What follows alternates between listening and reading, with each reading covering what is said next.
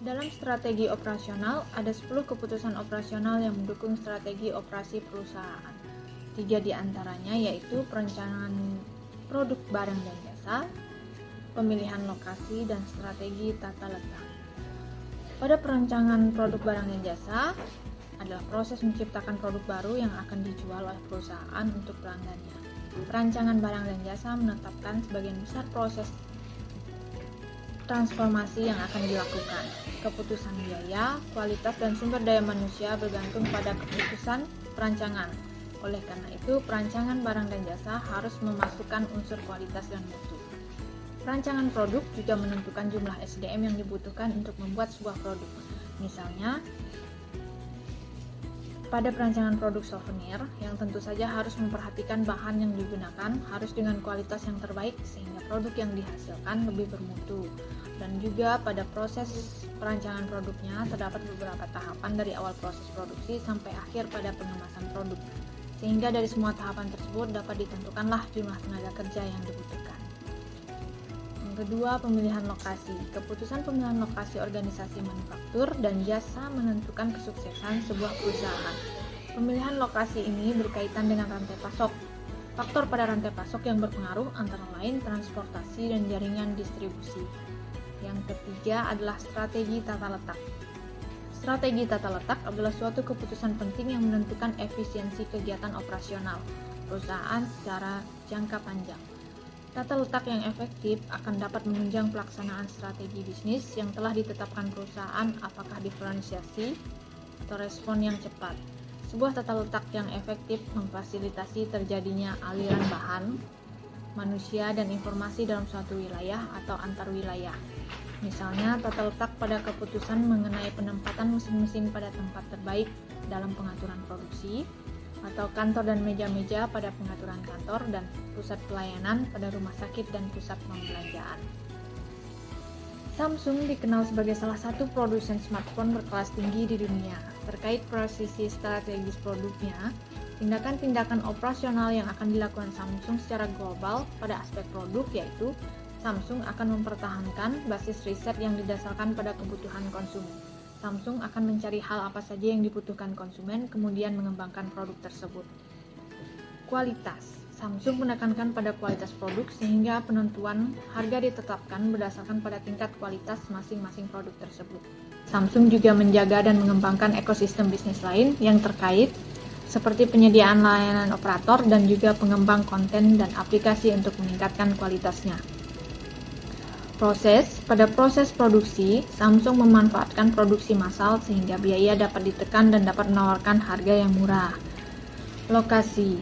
Berhubungan dengan pendistribusian produk kepada konsumen, Samsung tidak lagi menggunakan outlet distribusi yang murah, melainkan mempercayakan pada level yang lebih tinggi. Value engineering atau rekayasa nilai adalah upaya rekayasa untuk menganalisis fungsi dari barang dan jasa, dengan tujuan mencapai fungsi barang jasa melalui biaya total yang paling rendah dan konsisten dengan pencapaian karakteristik yang esensial, yaitu kinerja, keandalan, kualitas, dan keamanan yang disyaratkan. Awal dari konsep rekayasa nilai ini didasarkan pada temuan bahwa semua produk barang dan jasa memiliki biaya yang tidak diperlukan sehingga dibutuhkan sebuah teknik untuk mengidentifikasi dan mengeliminasi biaya yang tidak diperlukan tersebut. Sebuah perusahaan produsen minuman tradisional di Surabaya sedang menganalisis berbagai biaya dalam berbagai kegiatan operasional mereka terkait kualitas produk. Dari hasil analisis, mereka menemukan sejumlah fakta. Sering terjadi barang retur atau dikembalikan dari distributor karena kardus rusak dan kemasan minuman yang pecah. Perusahaan belum menerapkan diagram kendali pada salah satu mesin pengisian minuman. Karyawan sering menumpuk kardus terlalu tinggi atau banyak melebihi jumlah yang diinginkan sehingga beberapa kali terjadi tumpukan roboh dan merusak produk. 3 karyawan baru yang sering melakukan kesalahan pengoperasian mesin pengisian minuman. Nah, berdasarkan informasi tersebut, maka dapat diklasifikasikan jenis-jenis biaya kualitas. Yang pertama, biaya kegagalan eksternal. Karena sering terjadi barang retur dari distributor karena kardus yang rusak dan kemasan minuman yang pecah. Yang kedua, biaya kegagalan internal. di mana perusahaan belum menerapkan diagram kendali pada salah satu mesin pengisian minuman, dan juga karyawan yang sering menumpuk kardus terlalu tinggi melebihi jumlah yang diizinkan, sehingga terjadi tumpukan roboh dan merusak produk. Yang ketiga, ada biaya pencegahan. Terdapat 3 karyawan baru yang sering melakukan kesalahan pengoperasian mesin pengisian, yang mana karyawan baru seharusnya diikut sertakan pada pelatihan atau kursus dulu sebelum mengoperasikan mesin pengisian, supaya mereka memiliki keahlian dalam pengoperasian mesin pengisian tersebut sehingga tidak terjadi kesalahan dalam pengoperasian mesin pengisian minuman. Starbucks merupakan salah satu brand kopi terkenal di dunia dan sudah banyak merajai pasar global.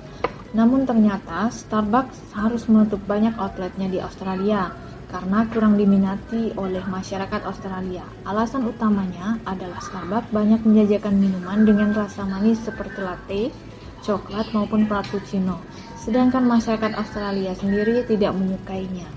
Nah, berdasarkan kasus Starbucks tersebut, strategi lokasi menjadi sangat penting bagi perusahaan sebab dengan lokasi yang strategis dapat memperbesar peluang demi mendapatkan konsumen. Sebaliknya, apabila lokasi yang kurang bagus, maka penjualan pun nantinya akan menjadi kurang maksimal. Nah, dari kasus tersebut, strategi lokasinya kurang bagus sehingga menyebabkan Starbucks harus menutup banyaknya outlet di Australia. Pada sebuah video YouTube dengan judul Optimalisasi Manajemen Operasi dan Manajemen Rantai Pasok dengan pembicaranya adalah Dr. Insinyur Adi Djoko Guritno MSII dari Universitas Terbuka TV menjelaskan bahwa ada 2 teori dasar di dalam manajemen operasi. Yang pertama yaitu Theory of Fixed Event Flow, menjelaskan bahwa produktivitas untuk setiap proses, baik itu produktivitas tenaga kerja, produktivitas mesin, material, dan seterusnya, akan meningkat bila mana kecepatan dari material atau bahan yang masuk dalam sistem operasi tersebut semakin cepat, dan produktivitas tersebut menurun bila mana bahan atau material yang masuk dalam sistem mengalami penurunan. Yang kedua, ada teori performance Prentice mengatakan bahwa ada batasan maksimal output pada saat produksi berjalan dengan teknologi yang sama, dengan pertimbangan teknis yang sama, akan menghasilkan batas teknologi tertentu.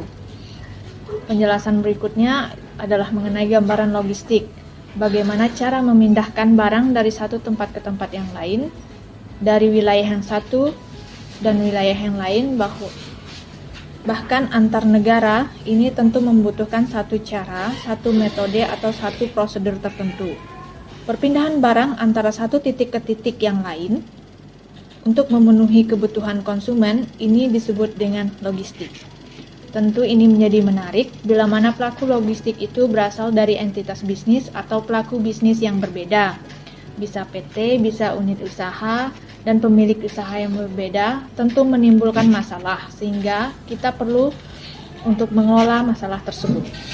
Ini kemudian disebut kenapa supply chain management atau manajemen rantai pasok menjadi penting untuk memberikan urutan-urutan bagaimana produksi tadi mengalir sampai ke konsumen akhir. Sehingga di dalam definisinya, urutan bisnis dan informasi untuk menyajikan atau menyediakan produk dan jasa dari supplier menuju konsumen ini disebut supply chain. Tujuan utama dari supply chain adalah efek efisiensi. Efek efisiensi terjadi karena kita mampu mengelola atau antar bagian yang berbeda entitas bisnis menjadi satu kesatuan menjadi tujuan yang sama sehingga mempunyai efek efisiensi.